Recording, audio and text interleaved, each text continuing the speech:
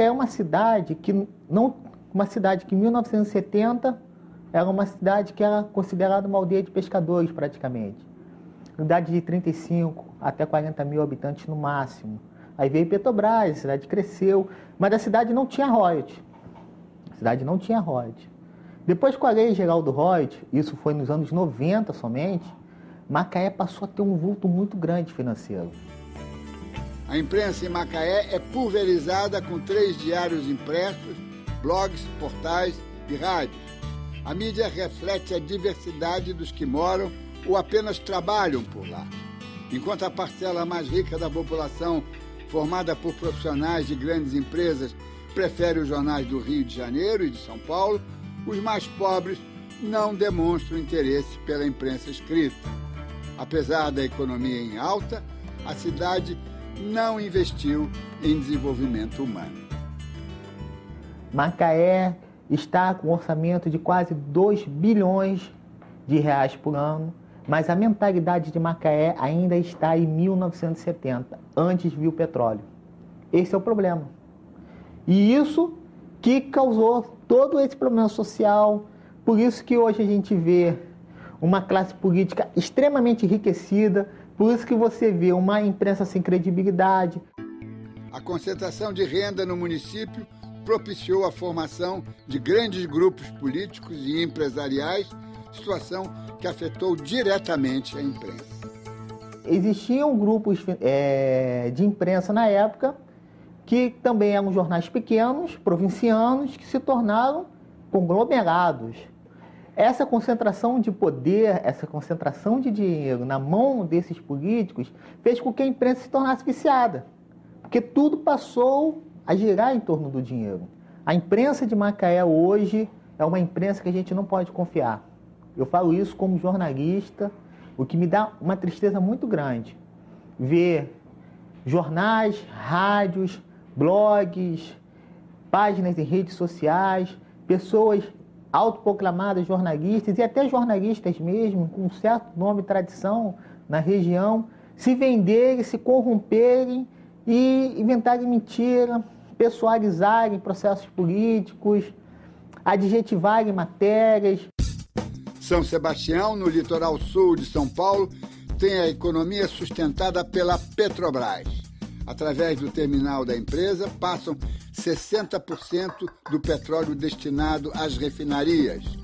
O porto de carga da cidade também ajuda a fomentar o crescimento da região. A imprensa, ao contrário, tem dificuldades para se manter. O litoral norte, que fica a pouco mais de 1 hora de São Paulo, é um deserto de ideias e de competências.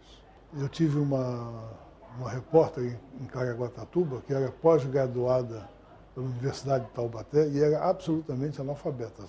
Esse é um exemplo clássico do que a gente tinha lá, né? Então o jornal é um puxa-saquismo deslavado, muito pouco interessado realmente no bem-estar da população local, muito pouco consistente, mal escrito, texto ruim, né? O conteúdo é de má qualidade.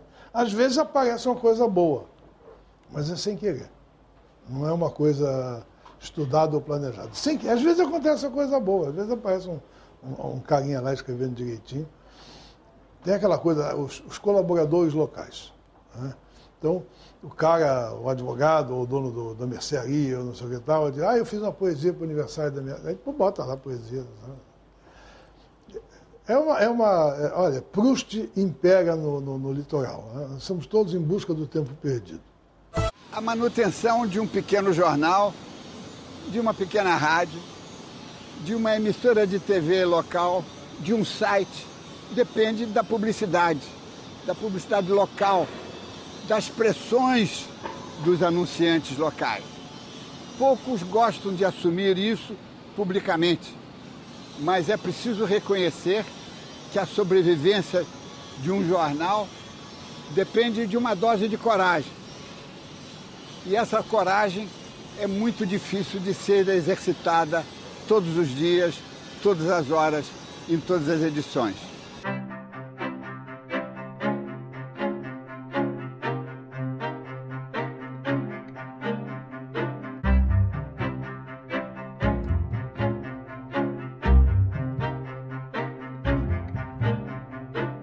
Ninguém consegue, de sã consciência, fazer um jornalismo, um rádio eminentemente independente. Existe, sim, comprometimentos. Sem comprometimento, você não sobrevive. Quem está no poder quer continuar no poder.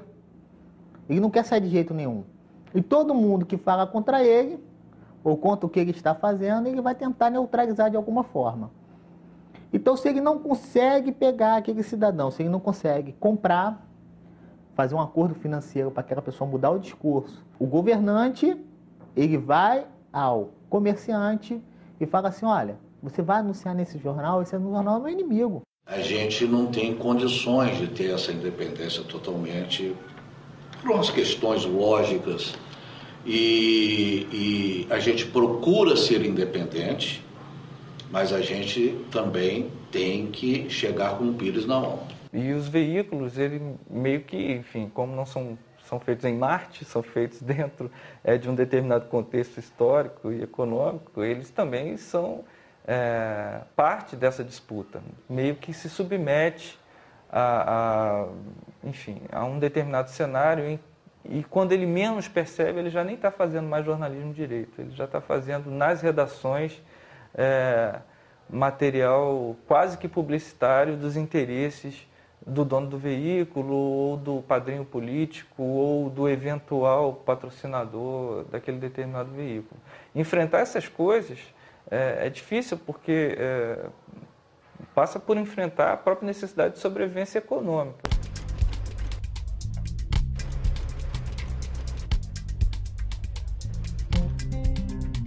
As prefeituras têm obrigação legal de publicar seus editais e suas licitações no jornal da região. Como a prefeitura está editando, está botando o edital, ela se sente no direito de dizer, olha, eu quero opinar na linha editorial do jornal tal. A gente, por ser uma imprensa local, a gente tem o fácil acesso.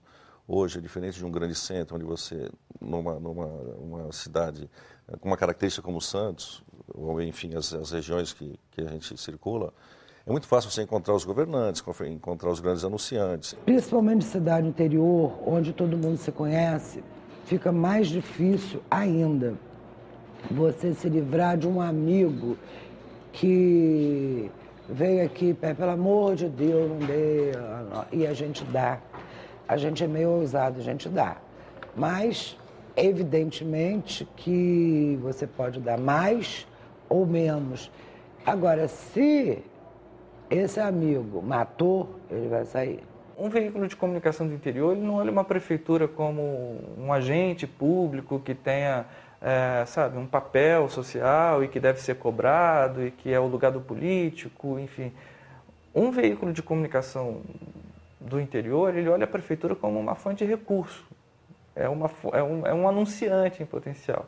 E aí os veículos de comunicação, assim como todas as outras forças econômicas, estão disputando esse mesmo dinheiro, né? E com as consequências óbvias que isso traz para o jornalismo, ou seja, como ser independente num cenário desse.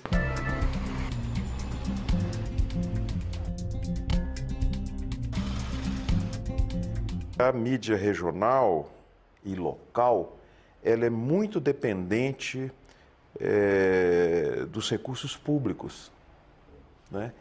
Então, há uma certa interdependência com variações históricas e também uma interpenetração, porque no Brasil, alguns grupos poderosos de mídia regional são grupos controlados por famílias de políticos tradicionais. Durante os 8 anos do governo Paulo Artung, que foi de 2003 até 2010, a gente teve uma dificuldade muito grande de conseguir publicidade, ou seja, a gente, além de não ter publicidade do governo do Estado, a gente acabou sendo boicotado por outros possíveis anunciantes, aí por influência do próprio governador, que queria evitar que o jornal recebesse publicidade. A pessoa começa escrevendo a matéria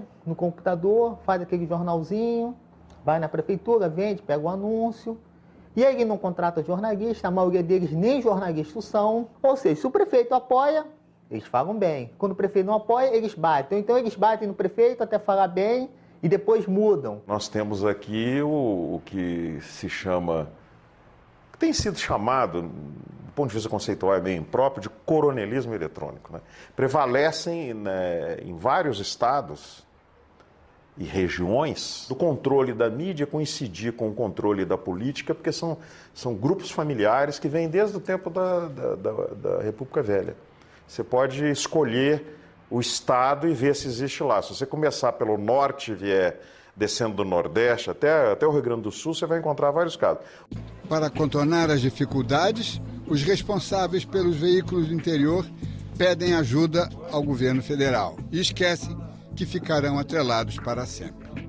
O governo federal sempre, através das reuniões que a gente participa como entidade, na NJ, por exemplo, que é a Associação Nacional de Jornais, eles sempre sinalizam essa questão da regionalização. Vamos regionalizar a mídia do governo, através de rádio, através dos jornais locais. Mas isso acaba não acontecendo no que a gente imagina seria o ideal, né? Quando as verbas públicas vêm, chegam, pagam com atraso, normalmente, a gente acha ótimo, acha que computa como lucro e não como o pão nosso de cada dia. Eu tenho que correr atrás, tenho que passar por SECOM. A gente é um zero, é um número, e é um número desconhecido. Então eu sinto que eles acham, é o que eu sinto, não estou dizendo que é, mas o que eu sinto é que eles acham que emprego interior é tudo, entendeu? Tudo desprezível, é tudo caça-níquel, é tudo, até alguns sazonais, picareta. A Petrobras, que está lá em São Sebastião, o TEBAR, o terminal Almirante Barroso, o TEBAR, é lá que você tem o Porto de São Sebastião. A Petrobras, em si, nunca foi anunciante. Eu cansei de ir ao Rio de Janeiro, de falar com as áreas respectivas, eles nunca tiveram a menor bola. Não, a gente anuncia na Folha, a gente anuncia no Estadão.